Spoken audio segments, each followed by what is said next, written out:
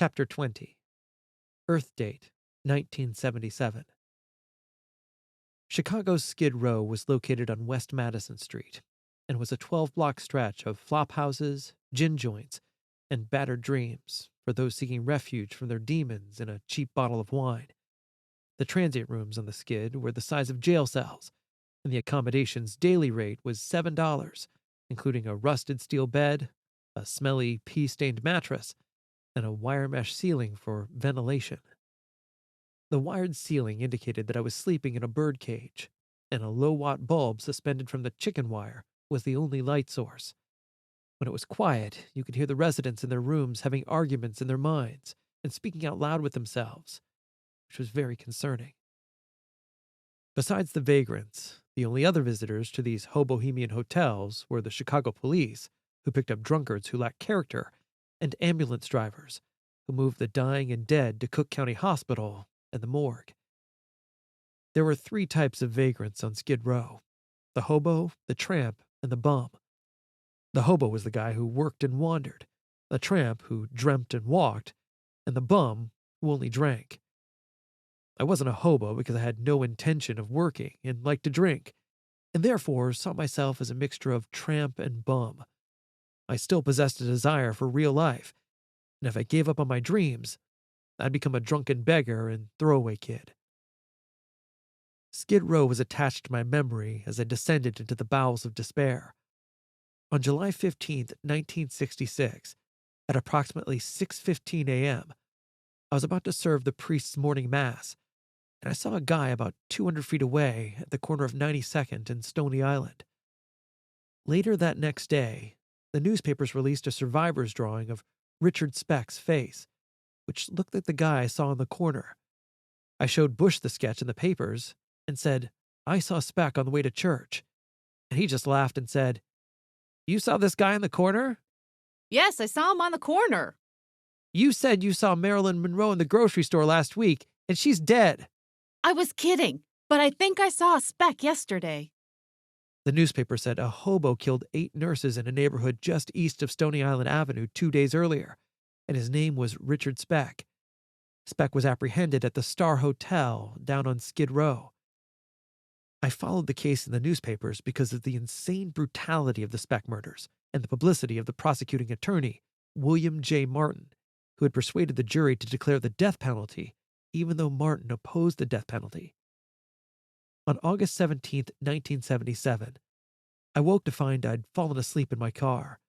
I would cruise around with wine or beer, and when I got tired, I'd pull over, drink, and pass out. Sleeping in my car was a last line of defense.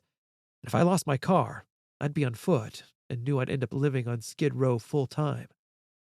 I reached and turned on the ignition, and the radio blared "In the Ghetto," and the disc jockey did a voiceover. "In the Ghetto" was written by Mac Davis and originally called Vicious Cycle. Elvis made it a major hit in 1969.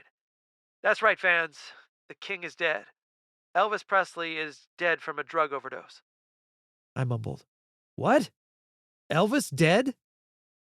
I leaned back in the seat, looked out the window, and saw a pigeon flying overhead.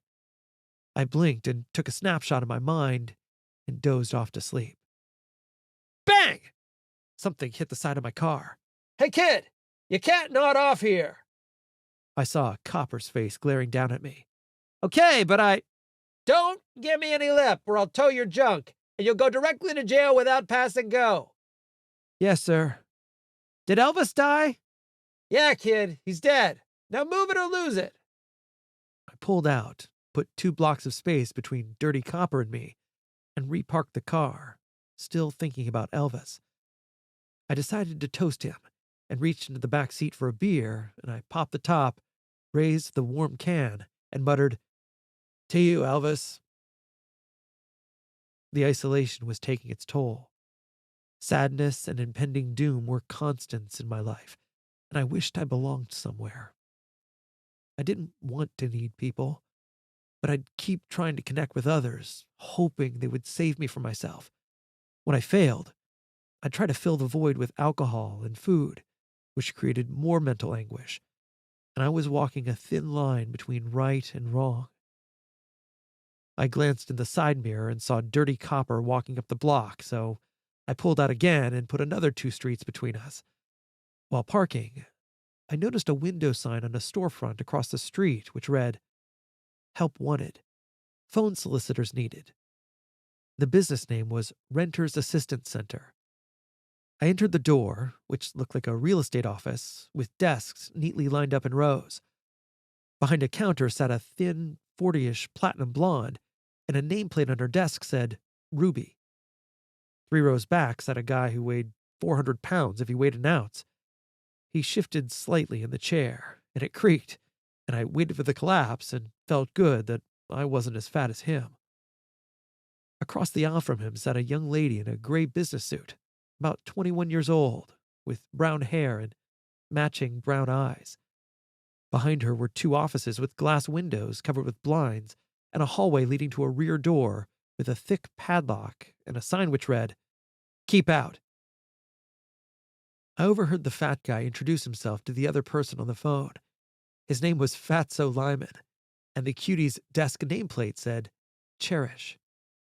May I help you, young man? Yes, Miss Ruby. Elvis sends his regards and asks that you remember him kindly. Really? She asked, and sat back and folded her arms. Yes, ma'am, I believe he would. Also, I'd like an application for the open position. Do you know what you're applying for? She asked. Yes, phone solicitor. What's the pitch? We help people find apartments. Say, y'all need an apartment? No, just a job application. Where do you hail from, Ruby? Nashville, Tennessee. Nashville is a nice town, Ruby. Thank you kindly, she replied, smiling. Ruby opened a drawer, took out a pad, peeled off an application, handed it to me, then hunted in a drawer for a pencil. The blinds on her rear office window moved, while a speaker hanging from the ceiling crackled, and Ruby eyeballed the speaker behind us. So, what's the phone pitch? I asked. She began to tell me when her phone rang, raised her finger, and winked. Renters Assistance Center, this is Ruby. May I help you? Yes, that apartment is available and the landlord wants it rented. And all it costs for the landlord's listing is $25. Please come in and ask for Ruby, Tennessee. She hung up the phone, waved for my job application, and studied it. It says you worked as a phone solicitor? Ruby asked. Yes, ma'am. Why did you leave? She asked. They didn't pay me my commissions, so I quit. A short, square guy opened the door from a back office, nodded before leaving, strolled to the fat guy's desk, pretended to shuffle a few papers, and listened to what came next between Ruby and me. Fatso called him Bob. I'd like a job, I said, looking at Bob. I'm a phone pitcher, and I've worked in other boiler rooms. And I'll tell you what I'll do.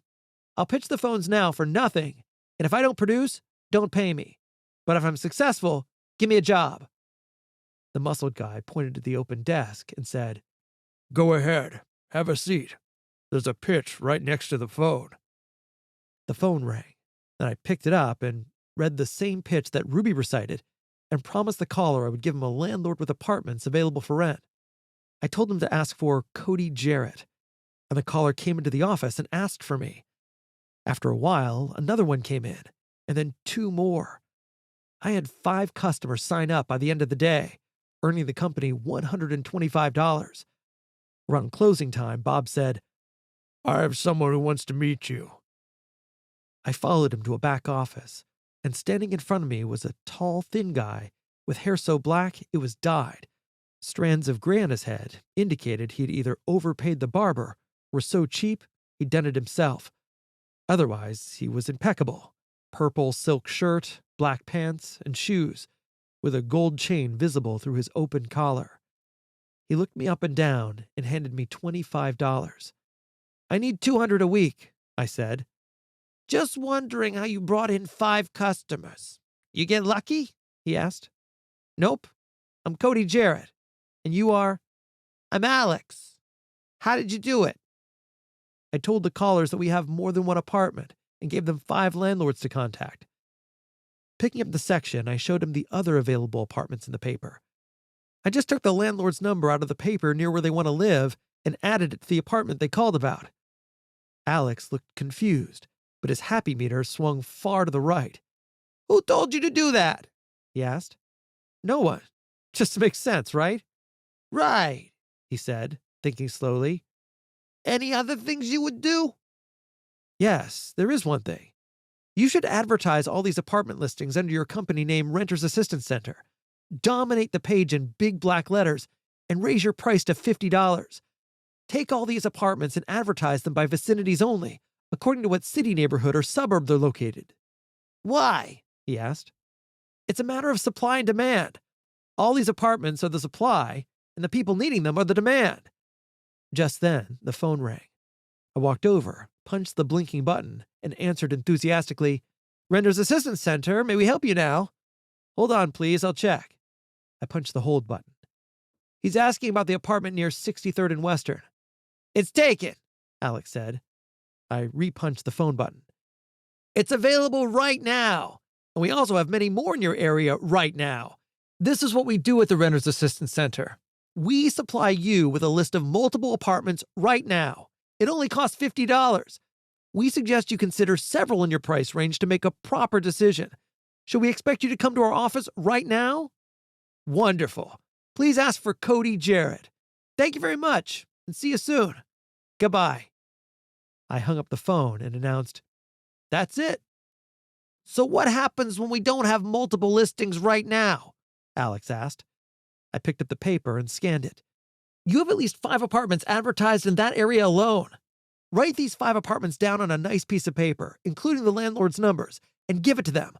Only change the vicinity by 1 street." "And what happens when the landlords see us advertising their apartments?" Alex asked. "Change the streets by 1 block. They won't know and won't care because you're helping them rent their apartments." "What college did you graduate from, kid?" Bob asked. "Stony Island University," I said. "Never heard of it," Bob smirked. Alex broke into a huge smile. "It's beautiful, kid. Very creative. Last question. How did you see this?" "I was looking for an apartment a while back and sat through a similar pitch from another company. And if I had received a few more landlord listings, I would have paid them, but for only 1. Right now, no way."